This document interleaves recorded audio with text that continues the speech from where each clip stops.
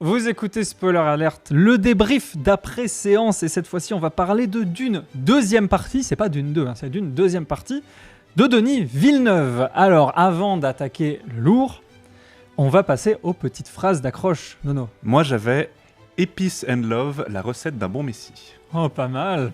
C'est pas Il a l'air hyper fier de sa phrase. Oui, ouais, tu peux Parce que l'être. j'en ai chié, j'ai cherché toute la semaine et je l'ai trouvé ce matin en me réveillant. Je me suis réveillé, je fais oh, Épices and Love. Ouais, et tu vas voir que moi c'est pas incroyable. À toi. Bonjour Guillaume. Floris, ça va bonjour. Bah écoute, je suis radieux aujourd'hui. Ah, parce qu'on nous a dit de parler un peu plus en début d'émission, du coup j'essaye de trouver des trucs à dire. Bah, Bientôt les beaux jours, Guillaume. Bah, bientôt les beaux jours, le soleil, beau soleil. va sortir un petit peu comme dans Dune, pour lequel tu as une magnifique phrase d'accroche. Cette Complètement émission va le être début incroyable. d'émission, je trouve. J'avais en sortie de séance Monsieur Internet, en hommage évidemment à Paul Atreides qui partage le pouvoir de Madame Web.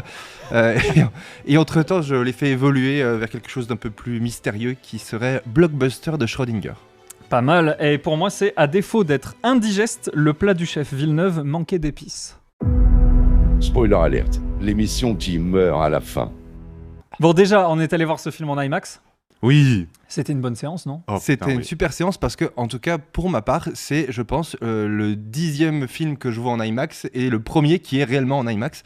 On a une salle de ciné qui exploite le fait d'être au format et à la marque IMAX et qui fait globalement ce qu'on pourrait appeler dans le jargon de l'escroquerie l'arnaque. plus que de l'arnaque, puisque Non. beaucoup de films, on a pensé à Napoléon, etc., en fait, ont zéro image tournée pour exploiter pleinement cette salle-là. Et enfin, moi, ça m'a fait vraiment plaisir de voir enfin un film. Alors, c'est pas l'IMAX pellicule, loin s'en faut, mais quand même, Non, c'est déjà... c'était ouais, très beau mais et j'ai c'est pensé déjà exactement visuellement la une même claque chose. dans la gueule. Ouais, C'était ça m'a tellement fait fort. redécouvrir l'IMAX. moi. Ouais. C'était trop bien. Et comme dit Floris, en fait, je me rends compte que on paye maintenant 8 € de supplément avec la carte. Donc, c'est quoi? C'est 25 € C'est 25 € la billet séance maintenant. pour C'est voir des énorme. films qui sont pas du tout C'est au niveau. c'est le en fait, prix quand du on voit ce qu'on spectacle a vu vivant sur alors Dune que 2, c'est en du fait. spectacle pas vivant. Ouais. Ouais, c'était vraiment scandaleux, mais malgré tout, je pense que ça donne le petit côté, même si t'as détesté le film, quand même c'est une claque dans la gueule. Donc Ouais. ça aide beaucoup aussi à avoir à supporter 2h40 déjà. Oui, c'était long, mais on n'a pas ressenti cette longueur parce qu'en fait, t'as envie de voir ce qui va se passer. Exactement, ouais. Ah, Le moi, c'est récit même est l'inverse. assez Moi, je engageant. me souviens, je me suis même fait la réflexion au milieu du film. Donc, quand tu es au milieu du film, t'as déjà vu un film. Techniquement, Ouais. t'en es bien à Oui, c'est 1h20 vrai. de visionnage. Et je me suis dit, mais c'est trop bien, mais je veux pas que ça s'arrête. Quand est-ce que ça va s'arrêter? En plus, j'avais pas vu la bande-annonce. J'ai appris de mes erreurs de une vie. Et du coup, j'ai fermé les yeux quand il y avait la bande-annonce de Dune. Et du coup, je savais à peu près qu'il y avait une bataille finale, mais je savais pas si c'était vraiment là, si c'était les prémices de ce qu'on nous donnerait dans Dune 3, par exemple. Et je me disais, mais faut pas que ça s'arrête, faut que ça continue, justement. Dune 3 qui n'est pas encore vraiment officialisé d'ailleurs. Alors le film a un succès fou, donc ça m'étonnerait qu'il n'existe pas, Dune 3. Mais c'était pensé comme ces deux œuvres-là, à la base Dune. C'était déjà un pari très risqué pour Warner, je crois. Putain, Warner qui fait des paris risqués, c'est rare. Mais peut-être que je me trompe. Mais par contre, on peut revenir sur les thèmes qui sont abordés dans le film. Il y en a beaucoup, mais je pense que le centre, c'est le pouvoir et l'influence, notamment celui de la religion. Ouais. Comment vous analysez ce film thématiquement parlant? Thématiquement parlant, moi, je dirais que ce serait même plus une critique de la figure du Messie, en fait, et de la façon dont la religion peut être utilisée pour instrumentaliser la masse, le peuple, et de manière politique, en fait. Ouais. Ce serait- Non, vas-y, je t'en prie. Ouais, ce serait même une mise en garde un peu, genre... moi, je sais que moi, j'ai bien aimé ce côté-là, parce que c'est pour un non-croyant comme moi, c'est même encore plus accrocheur, parce que du coup, quand tu crois pas à la religion, au Messie, tout ça, tu te dis instinctivement que la religion a été créée de toutes pièces par les puissants pour contrôler le peuple, en fait. Et du coup, ce film reprend exactement ça. Et du coup, moi, ça m'a vraiment beaucoup parlé, ce côté-là, ce côté religion créée, en fait. Et pour les croyants, je pense que ce serait à analyser comme un peu une mise en garde, en fait, de ne pas suivre aveuglément sa foi, parce que tu peux te faire contrôler, en fait. Oui, surtout quand la maman dit de son fils à tout le monde qu'il est extraordinaire. C'est Exactement. une maman ouais. normale, Rebecca Ferguson dans le film. Floris, toi Ma maman a mangé également beaucoup de poison. Je serais curieux justement d'avoir l'analyse je pense qu'on est tous à minima agnostiques autour de cette table, Ouais. et c'est donc du coup difficile d'avoir l'analyse de quelqu'un qui croit réellement, et je Mhm. sais pas si c'est ça que veut dire exactement le film, parce que est-ce que vous avez tranché sur Paul Atreides? C'est en cela où je trouve que ce blockbuster est intéressant, parce que il met en scène un héros qui peine à croire à lui-même. Moi je trouve que il Enfin, toi, est-ce que tu le vois, j'ai l'impression dans ton discours, comme une sorte de machination orchestrée clairement par tout le monde on va faire croire que c'est le Messie pour... Pas par tout le monde, mais en protéger tout les cas par femmes. l'ordre des Mais femmes, est-ce là, que des tu Bene penses que Gesserit. lui, il se croit Messie ou pas? Moi, j'ai beaucoup À de la mal et j'ai fin du l'impression film, que... oui. Au début, non, et justement, je pense que Bah, à c'est la le fin, parcours je de trouve que le Paul doute est Atreides. permis tout le long. Moi, je pense à qu'il- aucun moment, j'ai l'impression qu'il est sûr de ça. J'ai l'impression que plus il fait semblant, plus il y croit. Oui, voilà, c'est Il plus il y a de finit par se pouvoir. prendre Ouais. pour le Messie en se disant C'est que ça. il suffit d'avoir confiance en soi et Un peu de ça bagou et tu fonctionne. peux tout faire. Mhm. Ouais. J'avais vu Raël également, très bon film. Oui, oui, c'est un Raël qui est une bonne, Oui, bon partenaire complètement, de regardage pour le film. mais c'est ce que je trouve assez intéressant là-dedans et je trouve que c'est un peu l'anti-blockbuster habituel et c'est aussi une bonne leçon de production de cinéma et de ce que les gens ont envie de faire aujourd'hui, puisqu'on voit bien le déclin des Marvel et des super-héros Oui. qui ne sont que des super-héros et dont le pouvoir n'est jamais contesté et encore moins par eux-mêmes, ils se vivent juste comme des super-puissances qui est donc leur qualité unique dans la plupart des blockbusters. Mhm. Enfin, tu serais sans doute contre moi puisque tu as un amour pour les films de super-héros un peu Pas- plus pas prononcé. récemment, non, parce qu'ils apportent plus rien, mais à la grande époque, il y avait des choses J'ai intéressantes. bien conscience en tout cas que le mien est caricatural, mais je trouve en tout cas très intéressant dans Dune cette multitude de sujets, parce que c'est pas le seul, mais celui-là est clairement un sujet intello complexe Oui. et qui est abordé dans ce film-là. Après, il est abordé. Faut faire l'effort d'y réfléchir un peu après. Moi, j'ai changé d'avis entre la fin de projection et maintenant, on va dire. À la fin de projection, je me suis essentiellement dit que j'avais assisté à un très grand spectacle, parce que c'est un très grand film, c'est un très grand spectacle. Mhm. C'est Oui, oui. impressionnant, c'est globalement crédible, ce qui est pas toujours simple dans cet univers SF. Bon, je suis pas un grand fan de SF, je sais que c'est une insulte autour de cette Non, table, mais non. même pas vu Oui, l'intégralité des Star Wars de Bon, la allez. première trilogie. Pourquoi il est Je là veux lui dire que N'importe. parfois je ne comprends pas tes t-shirts, enfin voilà. Mais This is the way. j'ai du la SF parce que parfois je trouve pas la ligne qu'il y a derrière, donc c'est peut-être un défaut de réflexion de ma part, mais parfois je trouve pas ce qu'il y a d'intéressant derrière et surtout j'ai du mal à y croire. Ma suspension d'incrédulité, elle est sans cesse rechallengée dans la SF, y compris d'ailleurs dans Dune, hein. Je suis tellement quelqu'un de prosaïque et basique que j'ai du mal à croire comment ces gens fabriquent des choses qui permettent d'appeler un verre. Je me dis c'est quand même Oui. compliqué à fabriquer, ils ont quoi? Ils ont une usine de métallurgie quelque part. Enfin, je ne peux m'empêcher d'intellectualiser tout ce qui évidemment ne devrait pas l'être et donc du coup de remettre en cause ma croyance dans les personnages. Donc c'est souvent un énorme frein pour moi à la SF. Pareil, j'ai beaucoup de mal à croire, surtout dans la SF qui a été écrite comme souvent bien avant, là dans les années 50, 60, à croire à ce monde d'anticipation qui, on a l'impression que le seul savoir-faire acquis autour de ces milieux d'années après notre époque, c'est un énorme savoir-faire dans le traitement des eaux usées. Ce qui est quand même pas mal. Ce qui est pas si mal, mais pour le reste, il faut encore croire à leurs inventions, etc. Donc c'est pas forcément toujours très simple pour moi d'adhérer à ce type de film-là. Celui-là est tellement un grand spectacle que ça devient hyper chouette. Oui. J'ai même à peu près réussi à accepter l'idée que la menace, l'antagoniste numéro 1 du premier film, qui sont ces vers géants, soit en fait des métros améliorés. Ouais, c'est ça. Des poneys, oui. Et des poneys. On charge pour la bataille. Pour revenir au sujet qui nous animait, et je ramène le truc comme si c'était vous qui aviez fait des digressions, mais j'ai bien conscience que c'est moi. Oui, oui, bien sûr.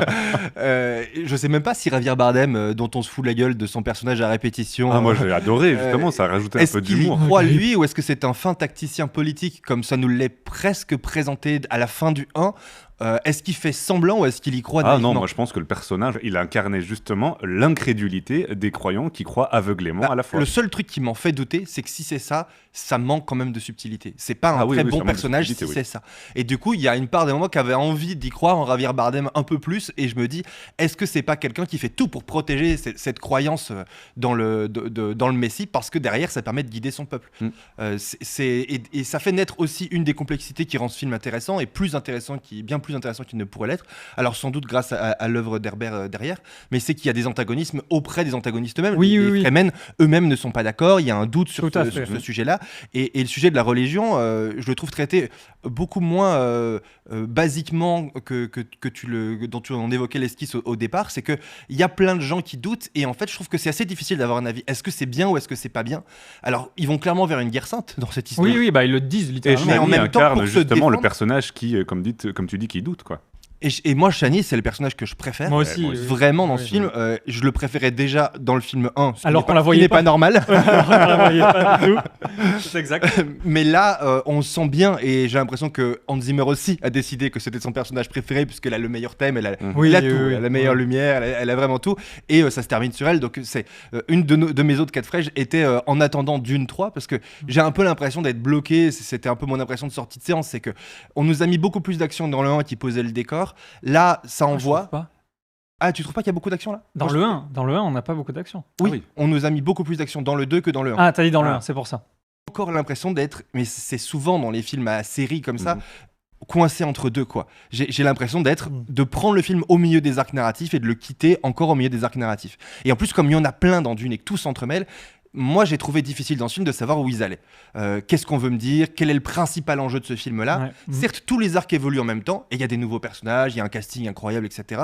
Mais je suis quand même un peu bloqué dans une histoire qui avance sans moi, quoi. Ouais. À la fin du film, j'ai pas vraiment le soulagement, mais c'est le but, mais que c'est terminé, Ouais, qu'on là- a résolu quelque chose. Oui, on a bouclé tous les arcs. C'est encore Mais- un film en fait de construction. Je trouve Ouais, dans c'est ça, ouais. l'intégralité Pour du arriver 2, à la guerre on sainte, continue je de pense, construire ce qu'on a Dune construit. 3, ouais. Mais Mais du coup, en- ça fait long, ça fait au final 5 heures de film d'une Pour une mise en place. construire quelque chose. Et je sais pas si vous l'avez ressenti, ou si c'est moi, ou si c'est normal, mais est-ce que vous l'avez ressenti aussi que on est encore dans la construction de quelque chose, Bah, et en pas fait, dans un c'est- vrai film entre guillemets. Bah, moi, je sens pas qu'on est dans la construction de quelque chose. Je pense qu'on est dans une saga.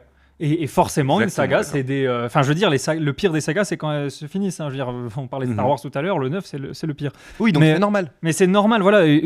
C'est comme si on critiquait la prélogie parce que ben, on sait pas encore qui va devenir Dark Vador. Bon, bah, c'est normal, ça prend. D'ailleurs, là, J'avais on l'impression est que- sur la fin de la saga d'Arrakis. En fait, là, toute l'histoire Voilà, qu'on avait bah- sur cette planète est finie. Ils ont repris le contrôle de la planète et maintenant, bah, là, ça se finit sur. Ils prennent tous des vaisseaux et ils partent un peu en guerre sainte contre les grandes familles. Là. Justement, moi je pense que dans tous les cas, au-delà de l'histoire, là, on peut en parler sans cesse, mais nos auditeurs l'ont vu, je pense que comme tu le disais, on est dans la catégorie du blockbuster auteur, comme Oppenheimer l'année dernière, qui ça a réussi, on a vu là récemment aux Oscars.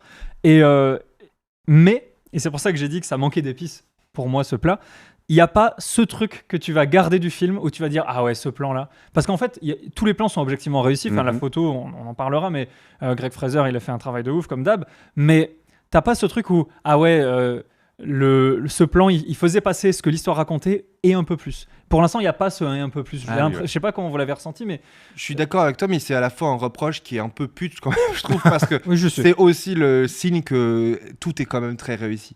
Oui. Oui. Oui, non, mais je veux dire, objectivement, on peut Mais pas rapprocher je vois ce que tu veux dire, mais c'est vrai que c'est quelque part pour avoir ça, est-ce qu'il aurait pas juste fallu baisser la qualité de tout le reste Mais peut-être. et ça aurait c'est fait pas- transparent. Ouais, moi, je sais que j'ai certains plans qui m'ont marqué, mais pas par rapport à, justement, comme tu dis, le fait de mettre un highlight sur certaines parties de l'histoire, mais plus par leur beauté. Moi, celui qui m'a vraiment le plus marqué, c'est vers la fin, quand il y a le vaisseau miroir de l'empereur là qui est Incroyable, posé au-dessus ouais, ouais. de Dune.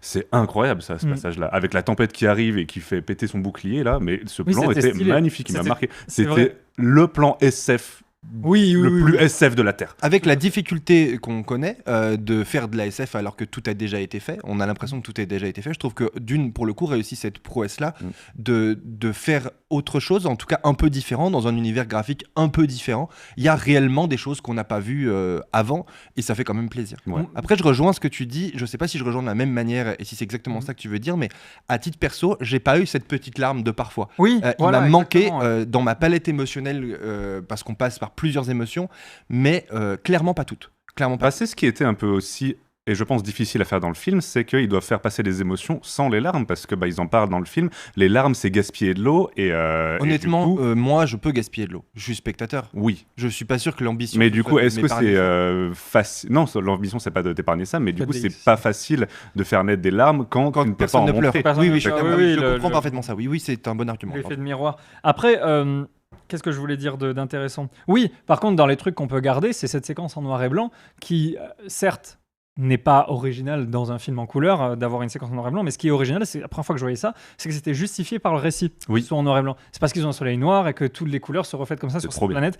J'ai trouvé que c'était trop bien. Moi aussi. Ouais. Moi, j'aime quand Ouais. c'est justifié, on dit de manière intradiégétique, c'est que c'est intégré à la diégèse, l'histoire. Appris un nouveau mot. Voilà, le nouveau mot, c'est diégétique. Donc, diégétique, ça veut dire au sein de l'histoire. Ok. Extra-diégétique, c'est par exemple quand t'as un clip avec quelqu'un qui marche dans la rue et il y a une musique. Si le personnage écoute la musique sur ses écouteurs et donc que toi, à travers lui, tu écoutes cette musique, c'est intradiégétique. Et si c'est juste le monteur qui a foutu la musique par-dessus, c'est C'est extra-diégétique. Voilà. Et souvent, l'un passe dans l'autre. C'est ce qui nous Oui, fait beaucoup ça, on rigoler adore comme ça. des petits intellos. Oui, c'est vrai. Regarde, c'est passé sur extra. Et il n'y a pas un mot pour dire cette transition. Transdiégétique. Je sais pas. Extra-intra-diégétique. On peut J'aime inventer le des fluide mots avec diégétique, aplomb, quoi. ce ne serait pas la première fois. Donc voilà, mais en tout cas, c'était très. Ouais, ça, c'était c'est magnifique. un Et les bel- feux d'artifice en taches d'encre là. Oui, Trop oui. bien ça aussi. Très, très. Bah, ça me Et- fait penser à Video Copilot, c'est un truc. Mais La voilà. partie noir et blanc, en plus en IMAX, Oui, est très bluffante. réussie. Et je crois qu'elle est plus que noir et blanc. Il me semble avoir lu que le directeur photo a enlevé les capteurs infrarouges. Ah, ouais. Et donc, du coup, c'est en partie de l'infrarouge. Il a D'accord. démonté le capteur de l'Alexa et il a enlevé ce qui, normalement. En fait, un capteur est capable de voir plus que la vision humaine. Ouais. Juste, on lui met un filtre pour bloquer les rayons que les humains ne voient pas pour que l'image ressemble à ce que nous, on voit et qu'on puisse s'y identifier. D'accord. Et là, du coup, il a pété les filtres et du coup, ça lui Ah. permet d'avoir un spectre lumineux qui est un peu supérieur à ce qu'on peut voir nous et ensuite de retravailler derrière cette image-là. Et c'est pour ça qu'elle est à la fois noir et blanc, mais un peu particulière. On a Oui, un peu il y l'impression a- d'une image Ouais. qu'on n'a jamais vue. Ouais, c'est vrai, il y a un feeling qui en Sans, sort. sans Ouais, parler c'est pas du- le noir et blanc des flashbacks qu'on peut avoir Oui, par exemple. voilà, Bah, ouais. ça fait un noir et blanc pour le coup qui est très explosé sur les blancs, Oui. etc., qui rappelle les images d'archives de la propagande de la Seconde Guerre mondiale. C'est vrai, il y a un clairement côté- un côté assumé là-dedans. Les possesseurs de matériel HDR vont se régaler en regardant le film parce que c'est Ou ça- se brûler les yeux. Ou se brûler les yeux, ouais, c'est l'un ou l'autre. Bon, Greg Fraser, quand même, alors c'est pas le réalisateur, c'est le chef opérateur. Donc c'est lui qui fait les images dont on vient de parler. Hein. Il a travaillé sur The Batman, qui avait des images formidables. En fait, partout où il travaille, Rogue One, la photo était magnifique. The Creator, l'année dernière, c'était magnifique aussi. Moi, j'aime beaucoup son travail. Et là, il nous a sorti peut-être sa plus belle œuvre parce qu'il n'y a pas un plan moche, il n'y a pas un truc à jeter. Et puis un parti pris tout le temps. Oui. Parce que forcément, ça se passe sur une planète, alors pas celle en noir et blanc, mais celle pleine de Arrakis, sable. ouais. Arrakis, c'est évidemment difficile aussi de faire une esthétique avec ça, parce que la palette colo, elle est quand même assez faible. Mhm. Et ça marche tout le temps, je trouve. Oui. Architecturalement aussi, ça marche. Il y a des Très beau. choses qui sont chouettes. Les Moi, j'ai décors. été content de voir les grottes, Mm. d'aller voir ces autres décors-là. Après, on y croit, on n'y croit pas. Moi, c'est ce qui est difficile, c'est de croire à la réalité de cette vie-là. Mais bon, après, on va au ciné, il faut quand même faire un peu d'effort aussi. Ouais, de suspension Chacun de son côté. d'incrédulité, ouais, c'est Mais, sûr. mais je trouve qu'il y a un vrai travail esthétique qui avait, pour le coup, mais après c'est une autre époque, mais complètement foré dans Lynch, où à aucun moment, enfin j'avais trouvé ça ridicule tout le long dans Sud Lynch.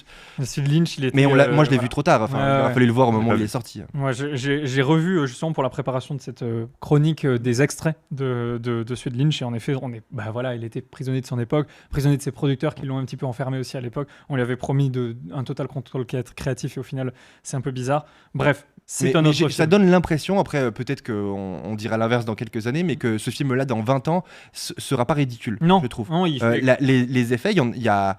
Enfin, ça marche quoi. Oui. Il y a pas de côté VFX. Bah, moi, il y a juste la ostensible, petite etc. souris que Oui, elle fait peut-être. très CGI. Et après, le Ah reste, oui, exact. le mot Adib, Le justement. mot Adib. Eh ben voilà. Mais Est-ce que Pour c'est pas revenir- une manière de critiquer le je ne Messie pense pas. Je ne pense pas. Même la souris, elle n'existe Mais pas. Ouais, oui, peut-être. Ce serait tellement bien si c'est vrai. Mais pour revenir à la photo, ce que je voulais dire, c'est que alors que c'était le même chef opérateur dans le 1, j'ai trouvé cette photo dans le 2 beaucoup plus inspirée. Alors je me demande s'il n'y a pas... vous vous souvenez du 1, vous l'avez vu récemment, vous.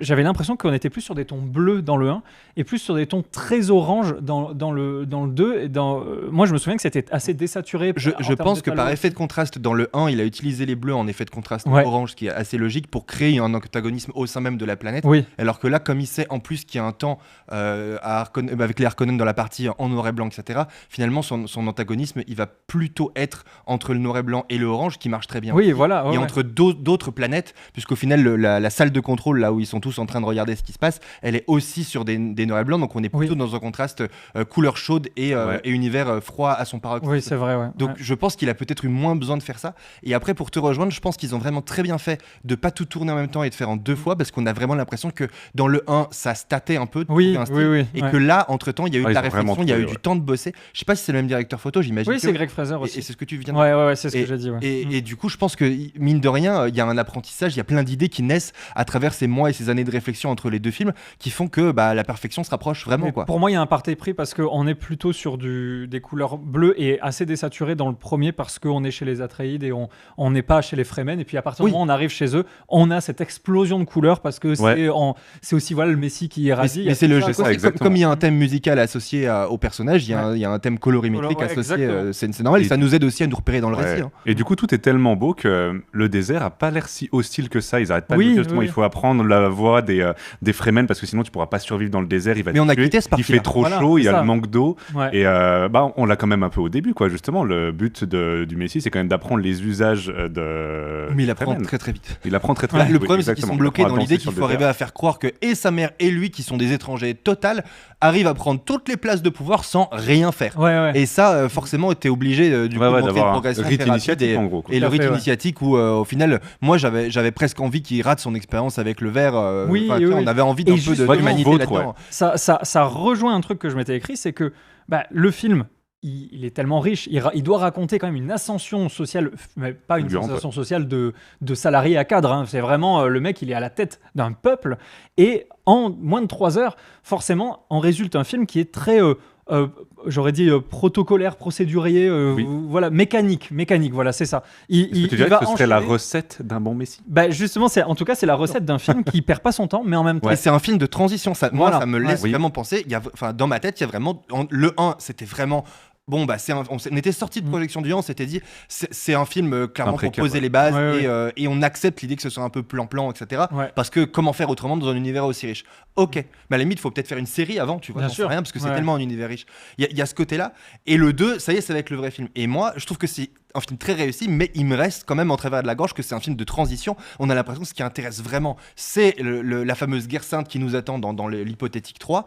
Et c'est quand même compliqué derrière de faire un film complet où on traite pas ce sujet-là, qui a l'air d'être le sujet intéressant. Moi, en tout cas, ce qui m'intéresse dans l'analyse de ce film-là, au-delà du fait que c'est un très bon film d'action, c'est un très bon film de SF, c'est cette problématique qui est rarement traitée aussi bien, je trouve, qui est la nécessité d'un Messie pour guider un peuple, pour fédérer un peuple divisé, parce que c'est le cas des Fremen qui sont divisés, et donc que c'est à la fois un outil et qu'en fait, il n'y a pas besoin d'y croire pour que ça ait une réalité. Même les gens qui n'y croient pas, ils sont sous l'influence de ça. Et de faire naître le personnage de Chani, qui, elle, est l'amour, alors encore une fois, un amour inexploré, et c'est très dommage, elle est juste amoureuse du beau gosse, mais en fait, on n'aura jamais compris pourquoi elle l'aimait. Ils n'ont pas vécu leur histoire dans le film, et c'est très dommage, parce que pour le coup, c'est surtout en 2024, on a peut-être envie d'histoires d'amour un peu plus complexes que Timothée Chalamet, il est beau, je l'aime, mais je n'aime pas ce qu'il représente. C'est pas très crédible.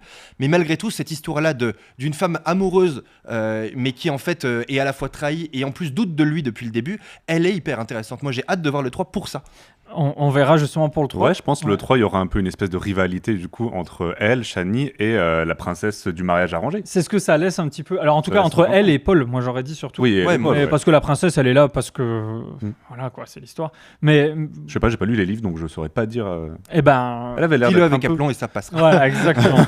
mais juste pour revenir à notre film là, et peut-être pour terminer, on n'a pas parlé du casting qui pourtant est.